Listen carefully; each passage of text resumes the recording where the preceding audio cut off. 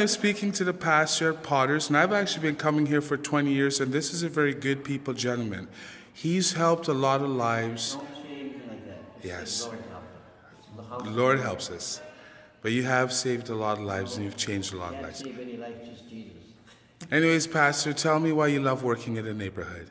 Because the Lord brought me here, the Lord saved me, the Lord delivered me, and He brought me to this specific Potter's place to hear the true gospel. And Pastor Deborah was preaching that day, so I got convicted. If I didn't hear the true gospel, I would have died 13, 14 years ago. So that's what kept me alive. But you've also helped a lot of beautiful people, Pastor. He said, heal me, the Lord can use me to pray for healing other people and know that He's actually the living God that delivers you from demonic spirits. And my spirit delivers you from strongholds of addictions. And only He can do. No, nothing else. Only God can do it. He's the one that created us. Well, I appreciate it. Thank you, Father. Take care. Deborah's been doing this since the Lord called her here 22 years. I feel you. Well, you have a nice day. Thank you, Pastor, for your moment. She does lots of outreach right now, First Nations outreach. So this is always moving forward, just like in the book of Acts.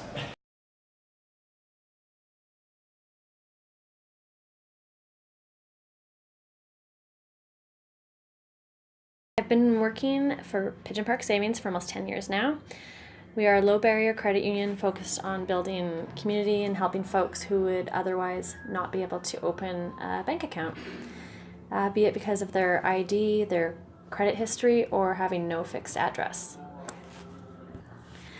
I love working at Pigeon Park Savings because it feels more like a community center than a credit union. It's a place where people meet to find out about housing, services in the community, where to get some food, where they can get their taxes done, and events in the community. We are so much more than a safe place to keep your money. We're a safe place for the community. I have the pleasure of working with 2 great organizations. We also liaise with a lot of other agencies to ensure the best service for our members. I feel so lucky to work with such great staff and to have the pleasure of serving so many great and wonderful members.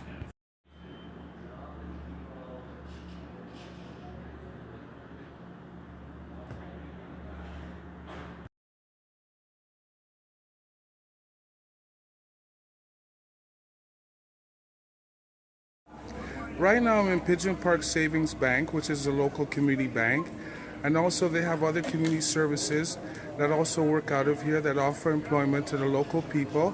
And right now I'm speaking to one of them, which is Spikes on Bikes, which gives people a chance to work during the day. And at the end of the day, they get paid here. And because they have social issues, it also gives them a chance to put money in their bank account and spend it wisely. Could you just give me a brief moment of exactly how it works and what you do? So Spikes on Bikes is a harm reduction, OD prevention. It's a mobile fleet, and what they do is they're trained in Narcan distribution, in OD resuscitation. They also hand out harm reduction paraphernalia, and they pick up any sort of harm reduction that they find on the street. And essentially, it's a pre-employment therapeutic program. So it's not considered waged employment, but at the same time, it's something that keeps them busy and out of trouble. Well, not just that, but I mean, when it comes right down to it, like the community is the people. The people in the community are the only ones who are going to understand what the community really needs. So I understand. By putting people in the community out there to help each other and giving them the knowledge and the training that they need, we start coming up with real solutions that are sustainable, and it's not sort of like.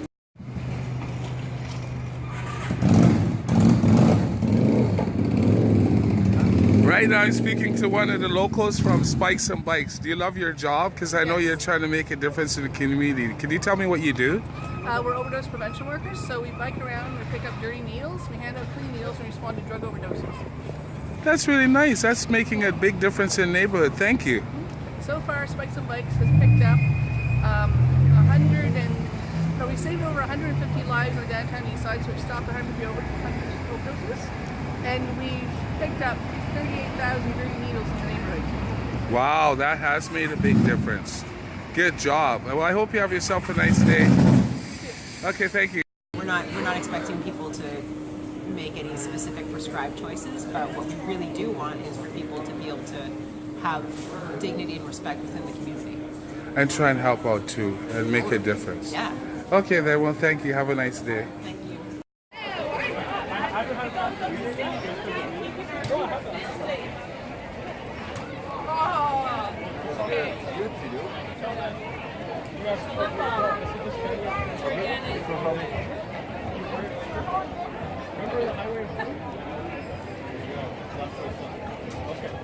Oh, good job, man!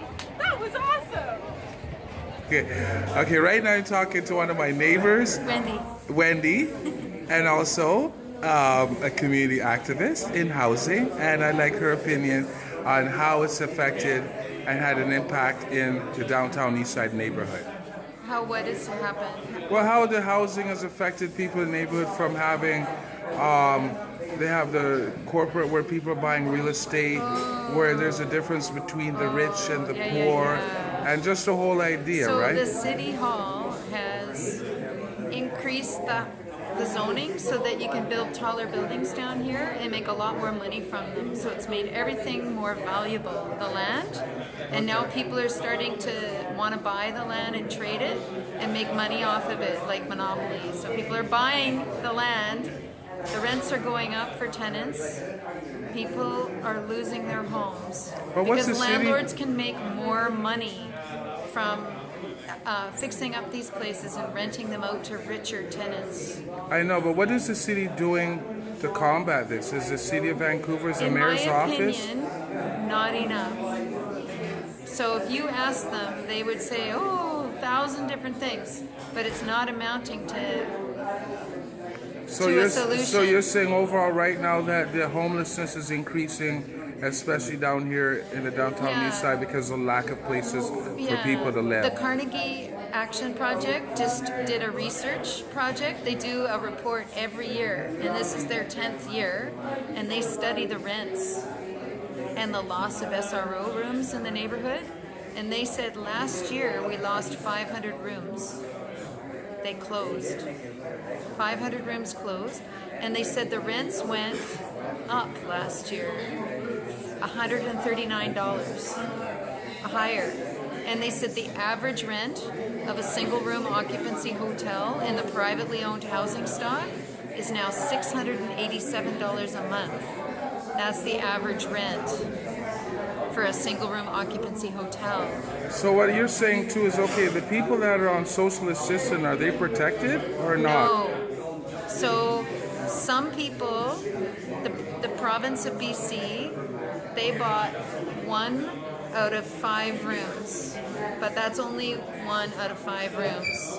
The other 4 out of 5 rooms are owned by private investors who are making a killing off of not putting any repairs in, and the landlords don't even pay their staff to work there, hardly.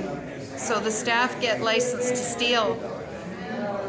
That's their job, to steal and to participate in the Ongoing dramas. you know. I understand. You know. Anyways, you know what? All I gotta say is I hope things get better because you know what? We need to change that I whole know we attitude. do. We're gonna have to. Esther that lives in the neighborhood. I've known her for years, and she's moved into one of the new co-op buildings or SROs, which designate people that live in the neighborhood to help change their lives. Can you tell me a little bit about what kind of place and how it is since it's just built and it's new, and how much impact it's going to have on you and it has on you?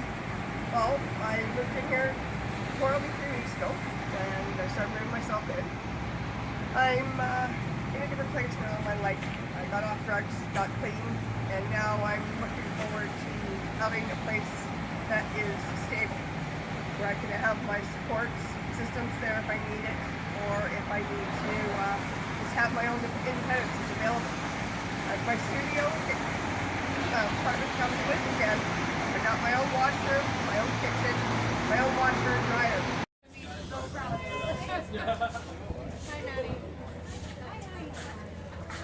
Hey guys, I know they just opened this building. I hope you guys make a better choices and save people's lives and change their lives.